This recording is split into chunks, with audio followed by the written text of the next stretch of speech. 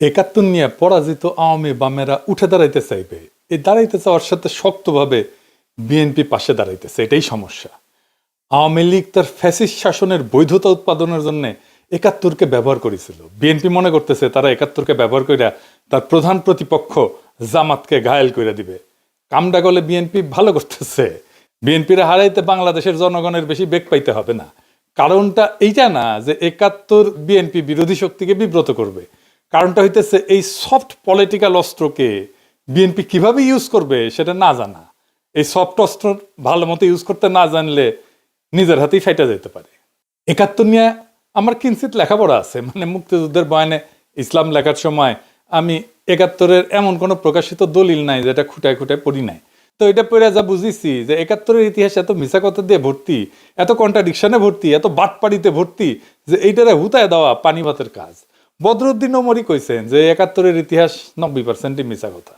এই ইতিহাস আর চেতনারে উড়ায় দেওয়া, জয় বাংলা কইরা দেওয়া বা হাতের কাজ। একাত্তরের নৌকায় বৈশা আওয়ামী লীগ যে কিনা একাত্তরের ফার্স্ট ডিভিশনের প্লেয়ার সেই ডুবিছে, আর একাত্তরের সেকেন্ড ডিভিশনের প্লেয়ার বিএনপি আরো ডুববি। এখন অনেকে কইতে পারে তাইলে আমরা একাত্তর নিয়ে করমুটা কি?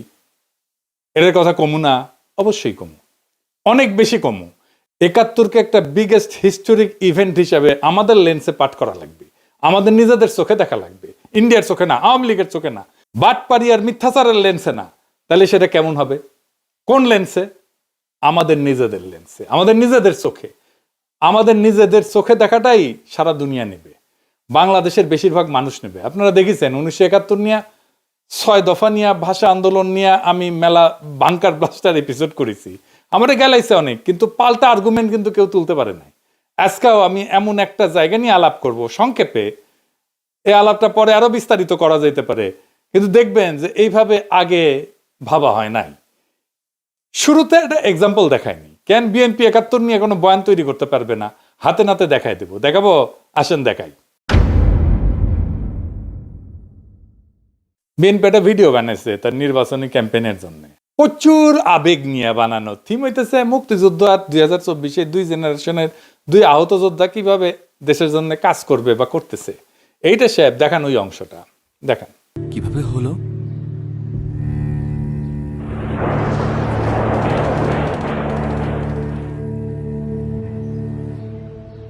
একাত্তর।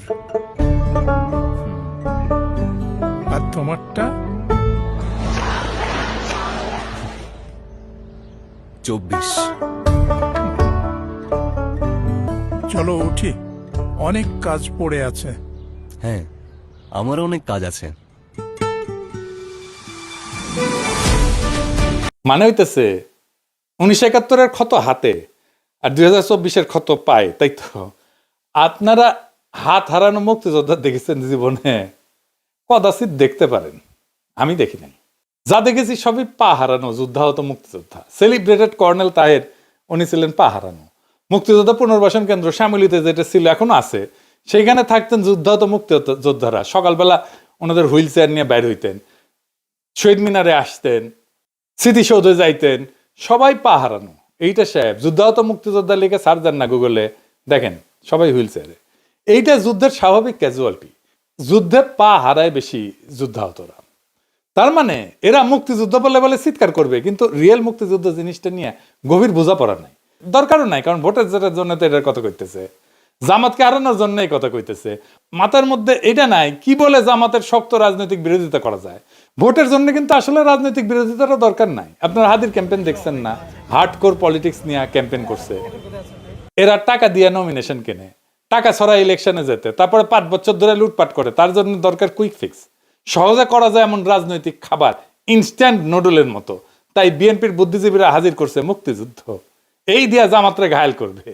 আওয়ামী লীগ 71 দিয়া ফ্যাসিবাদের বৈধতা উৎপাদন করছে, বিএনপি 71 দিয়া জামাতকে মারতে চায়। দুই পক্ষই 71-কে একটা পলিটিক্যাল ইনস্ট্রুমেন্ট বানাইছে ভোটে জেতার জন্য, তার রাজনৈতিক লক্ষ্য হাসিল করার জন্য। আর বিএনপি বলে একটা দল ধর্ম নিয়ে রাজনীতি করে, আর তোরা যে মুক্তিযুদ্ধ নিয়ে রাজনীতি করতেছিস, তা আবার ভোটে জেতার জন্য। 2024-কে দাঁড় করাবে 1971-এর লিগ্যাসি বা উত্তরাধিকারের উপরে। 1971-এর লিগ্যাসির উপরে 2024 দাঁড়ায় নাই। 1971-এ যারা সিপাহী সালার, তারা জিয়াউর রহমানকে রাজাকার বলতো। 1971-এর খেতাব কাইরে নিছে জিয়াউর রহমানের। আর সবাই ফ্যাসিবাদের সফট আর হার্ড পাওয়ার ছিল।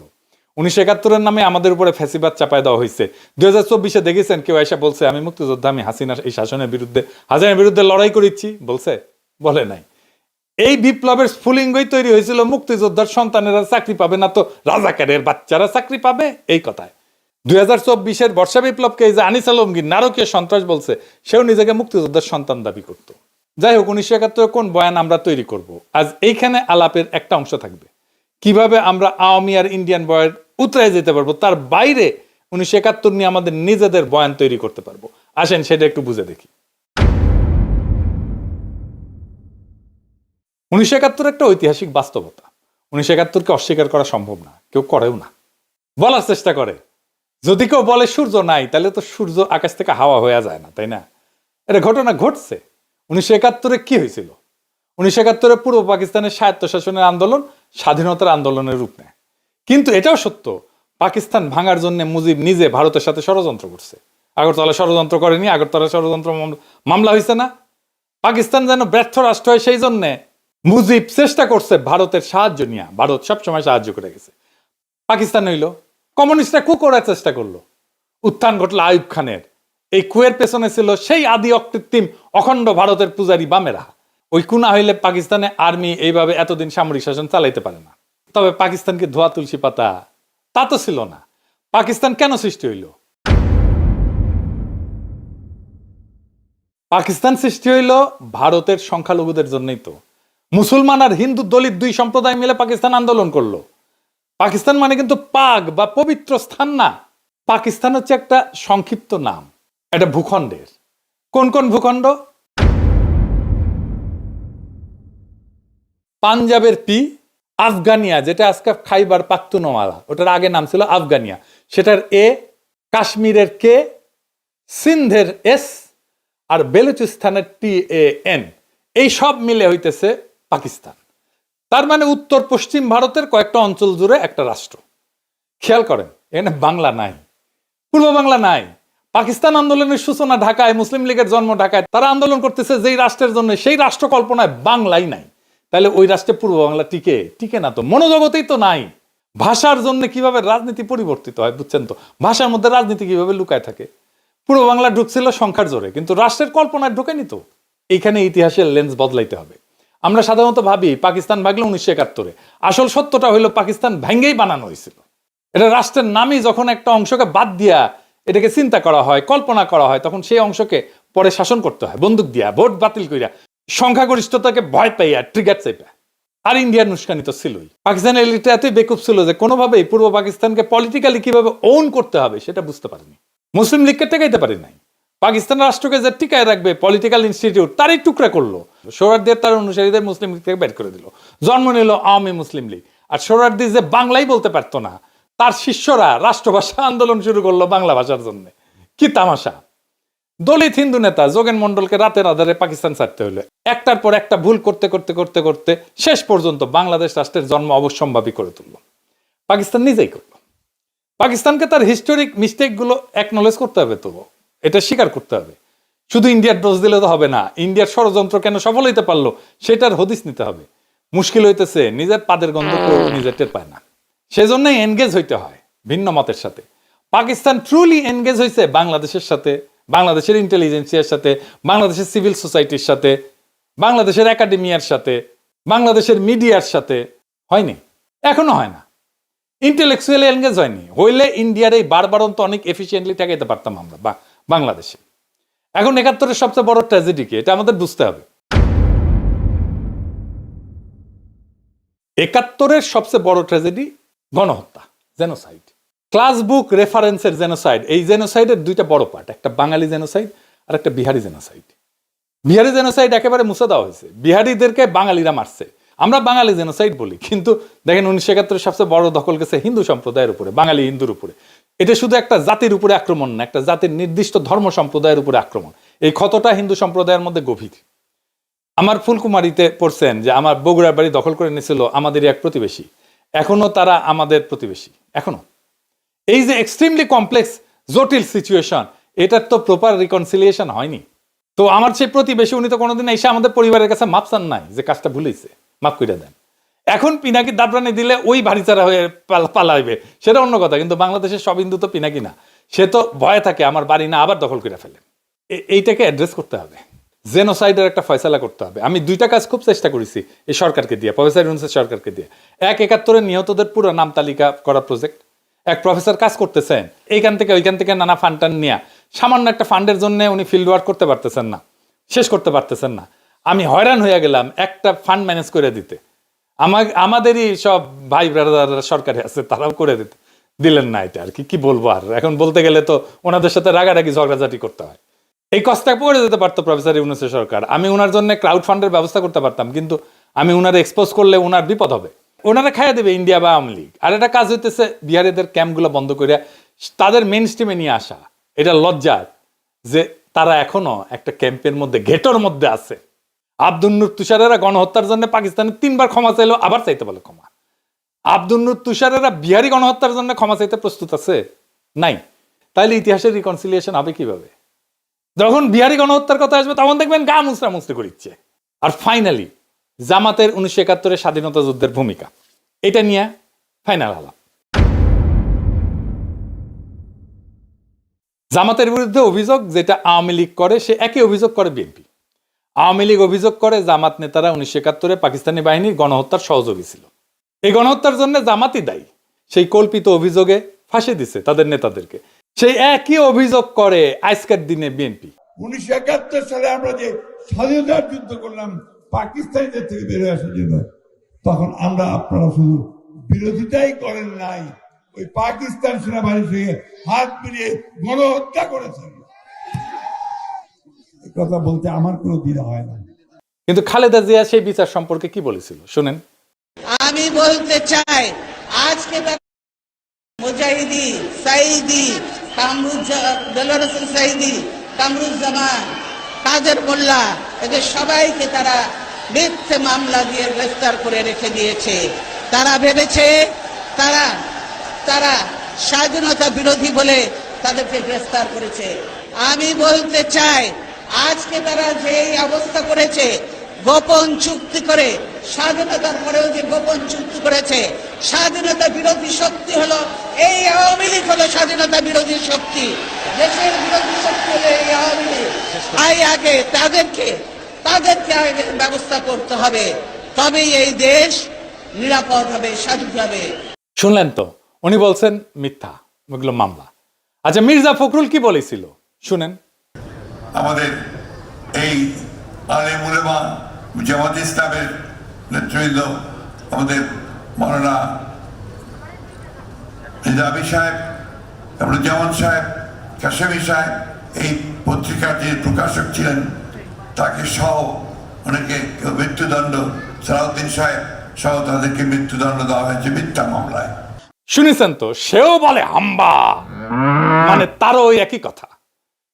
আমাদের সময় একটা বিজ্ঞাপন ছিল এইরকম, গরুকে জিজ্ঞেস করে তোমার কি কথা, সে গরু এখন চিৎকার দেয় হাম্বা, বলে ওরও সেই একই কথা।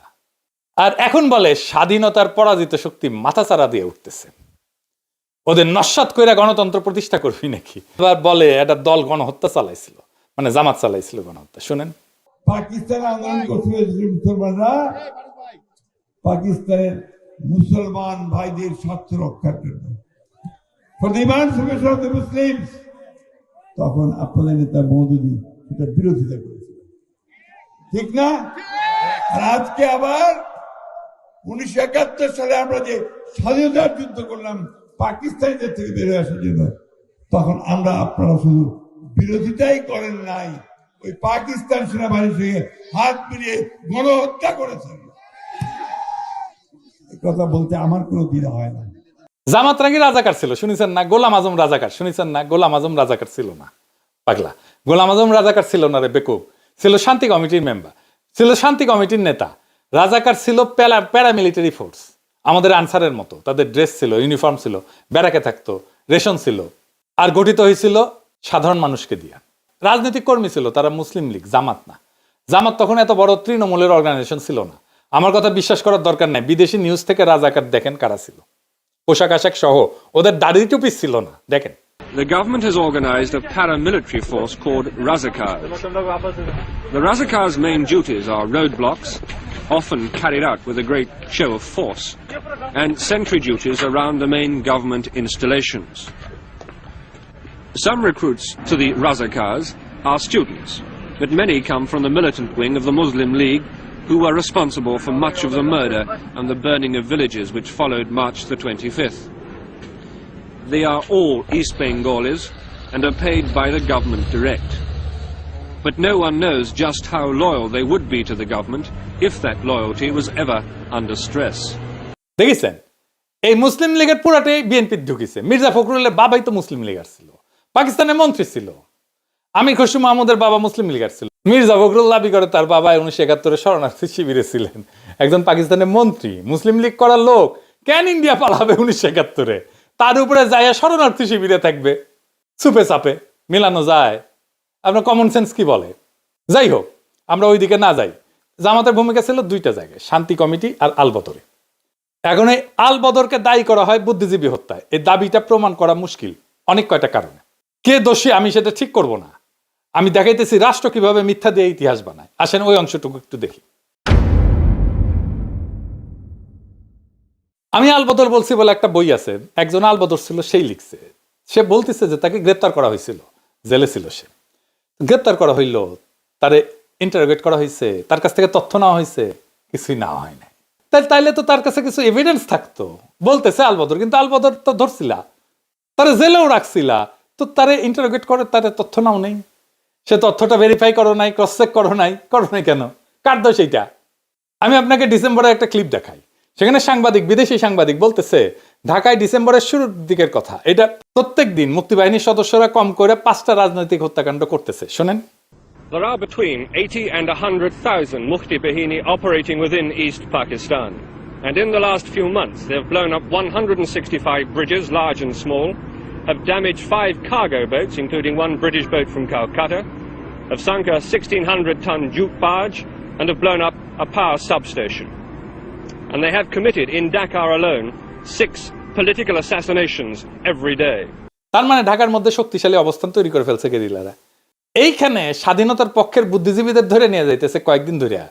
কোথায় নিয়ে যাইতেছে সেটাও ফ্যামিলি মেম্বাররা জানে, কিন্তু অনেক ক্ষেত্রেই, মনির চৌধুরীর ক্ষেত্রেই জানে।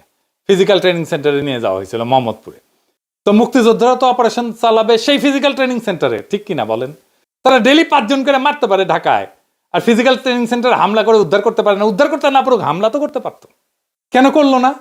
ঢাকা শহরে মুক্তিযোদ্ধা কি কম ছিল? এখন তো কত মুক্তিযোদ্ধা, সবাই মিলে যদি ওইখানে হামলা করতো। দেশ স্বাধীন হইলে এই বুদ্ধিজীবী পরিবাররা মুজিবের অফিসের সামনে বিক্ষোভ করে, ওইখানে মুজিব আসে। জহিরায়ের বোন ছিল নাফিসা কবি, তাকে উদ্দেশ্য করে মুজিব বলছিল যে অনেকে তো দালালি করে মারা গেছে এই বুদ্ধিজীবী সম্পর্কে। এরা পান্না কাইসাল লিখে গেছে, স্বাধীনতা বিরোধীরা লিখে যায় নাই। জামাতের অনেকে বলে ইন্ডিয়ানরা মারছে। এই বয়ানটা মিলে পাকিস্তানের হামুদুর রহমান কমিশনের রিপোর্টে যখন তারা রাও ফরমান আলীকে প্রশ্ন করে, রাও ফরমান আলীকে জানেন তো এই বুদ্ধিজীবী হত্যার জন্য দায়ী করা হয়। হামিদুর রহমান কমিশনে বলা হয়েছিল বাংলাদেশের সরকার যেন তাদেরকে এভিডেন্স দেয় বুদ্ধিজীবী হত্যার সাথে কারা কারা জড়িত ছিল। পাকিস্তানের কাগজে কলমে হইলেও এটা সদিচ্ছা ছিল, তো করে নাই কেন বাংলাদেশ? এটা তো এখনো করা সম্ভব, যৌথ কমিশন করে অনুসন্ধান কইরা। জামাতে ইসলামকে ক্ষমতায় আসলে এইটার একটা ট্রান্সপারেন্ট তদন্ত করতে হবে।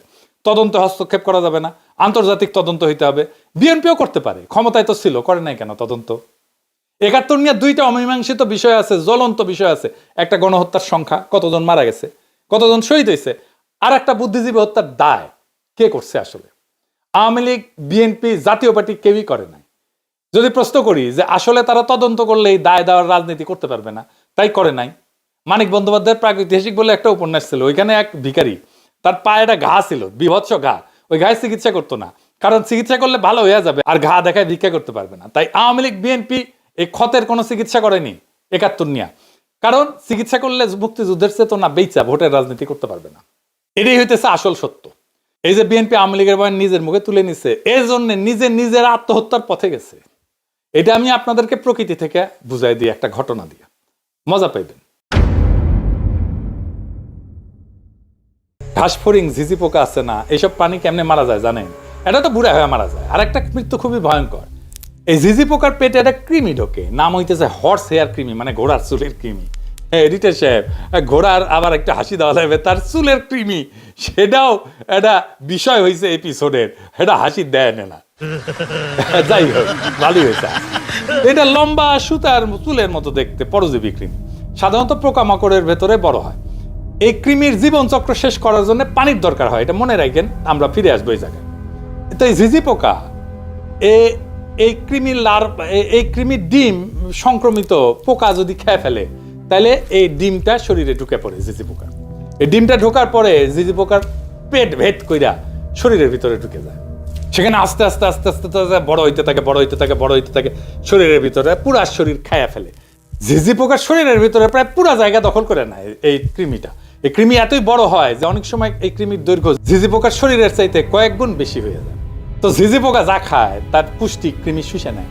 ঝিঝি পোকা ধীরে ধীরে দুর্বল, অপুষ্ট, নিয়ন্ত্রণহীন হয়ে পড়ে, অসুস্থ শরীর, দূষিত রক্ত হয়ে পড়ে।